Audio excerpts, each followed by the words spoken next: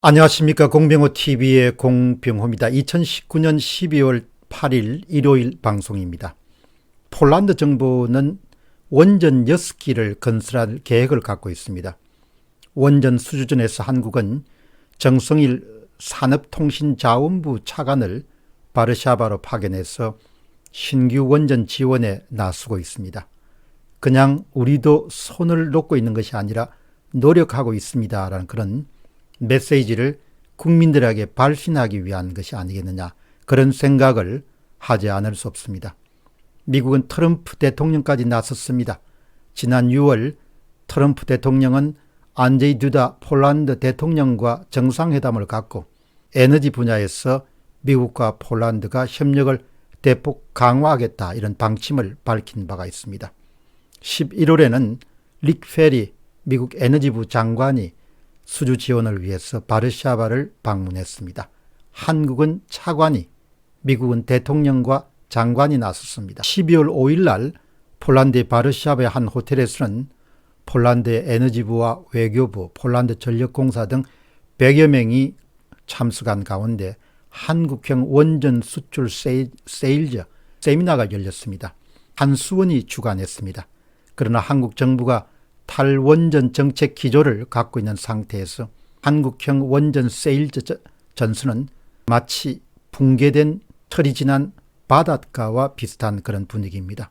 문재인 대통령이 탈원전 정책을 밀어붙이면서 이미 한국은 원전 산업의 생태계가 급속히 무너지고 있습니다. 원전 가동률은 뚝 떨어져 있는 상태고 엔지니어들은 앞을 다투어서 해외로 나가고 있는 실정입니다. 첫 번째 질문은 한국의 원전 산업입니다. 한국 원자력 산업은 1957년도 이승만 대통령이 미국에 사정해서 트리가 마크2 연구용 원자력을 도입하면서 시작됐습니다. 1971년도 미국의 웨스팅하우스가 고리의 원전을 착공해서 1978년도에 완공하게 되는데 설계부터 시작해서 시운전까지 모두 웨스팅하우스가 마무리하고 열쇠를 넘겨주는 그야말로 턴키 방식으로 건설했습니다. 이후에 기술력이 전혀 없는 상태이기 때문에 한국은 미국과 프랑스, 캐나다에서 10기의 원자력 발전소를 더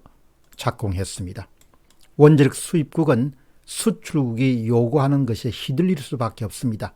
이 같은 약점을 도저히 참을 수 없는 상태, 수모를 받기도 하고 금전적인 낭비에 도달한 이후인 1980년대부터 한국은 국산화를 시작하게 됩니다. 그러나 당시까지만 하더라도 원전 설계는 외계인 정도가 할 수 있는 그런 고급 기술로 인식되었습니다.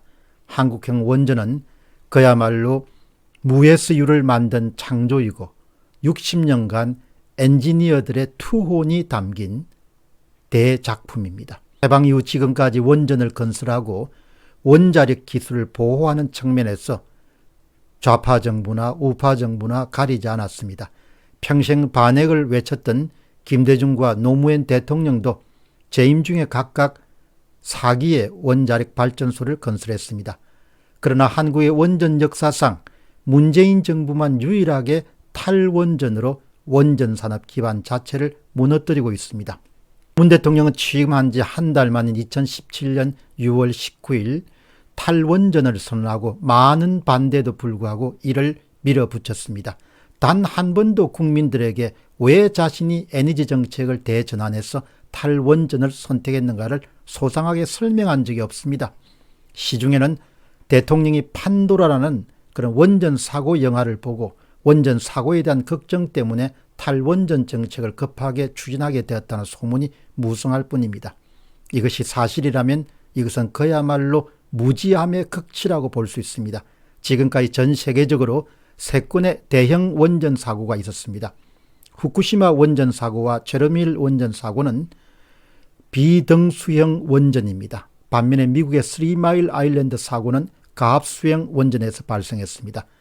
한국이 선택하고 있는 가압수형 원전 사고인 유일한 사고인 스리마일 아일랜드 사고에서는 사망자도 없었고 인근의 피해도 없었습니다. 매뉴얼대로 원전 사고가 진화됐습니다. 한국형 원전은 미국과 같이 가압수형 원전이기 때문에 현재 300개 정도가 가동되고 있고 전 세계적으로 어떤 사고도 없습니다. 일각에서 우려하듯이 후쿠시마 원전과 같은 그런 사고는 한국형 원전에서는 발생할 수 없는 유형의 사고입니다. 60년의 노력을 통해서 독자 기술로 만들어진 한국형 원전은 2014년도에 국회 예산정책처 분석 결과를 토대하면 건설 원가가 미국에 비해서 270%, 프랑스에 비해서 240%나 쌉니다. 심지어는 중국보다 싸고 훨씬 더 안전한 원전을 만들 수 있는 기술을 한국이 독자적으로 보유하고 있습니다. 이 같은 경쟁력의 원천은 한국이 잘 갖춰진 원전 산업 생태계를 갖고 있기 때문입니다. 이런 결과에 바탕을 해서 아랍에미레이트 공화국으로부터 4개의 원전을 수출할 수 있었습니다. 당시의 경쟁국은 미국과 프랑스와 일본이었습니다. 그들을 완벽하게 누를 수 있었습니다.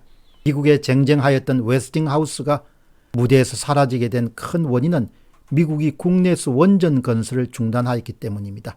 내수 기반을 갖고 있지 않은 원전 산업은 유지하는 것이 불가능합니다. 더더욱 해외 원전 수출은 가능하지 않습니다. 한국이 탈원전 정책을 밀어붙이는 한 어느 나라도 한국형 원전을 구입하려고 하지 않을 것입니다. 그동안 문 대통령은 카자흐스탄, 인도, 체코 등에서 한국 원전을 사달라고 요구하였지만 성공 가능성은 거의 없습니다. 그 사람들은 이렇게 생각할 겁니다. 당신 나라에 짓지 않는 것을 왜 우리에게 수출하려고 합니까? 마지막 질문입니다. 국민이 꼭 알아야 할 일입니다. 수백 년 갈 수 있는 이 귀한 원전 산업을 왜 대통령이 나서서 아무런 이유 없이 망가뜨리려 하는가? 한국형 원자력 개발과 상업화에 평생을 바친 이병령 박사는 거의 책은져서 한국형 원전 후쿠시마는 없다 해서 이렇게 울분을 토로합니다. 탈원전은 한국의 원자력 기술을 약화시키고 한국형 원전 수출을 방해하는 반국가 이익정책이다. 일본은 원자폭탄을 얻어맞은 세계 유일한 국가이고 후쿠시마에서 엄청난 사고를 입었음에도 불구하고 어느 정치인도 탈원전 정책을 하자고 주장하지는 않는다. 이유는 원전이 값이 싸고 에너지 안보 면에서 탁월하기 때문이다. 누가 문재인 정부의 탈원전 정책에 브레이크를 걸 수 있겠습니까? 누가 60년의 피와 땀이 담긴 원전 산업의 파괴를 막을 수 있겠습니까?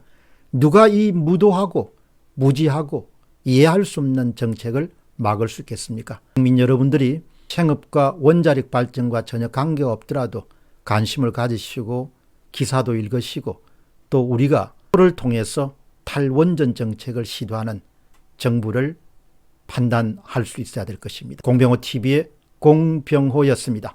감사합니다.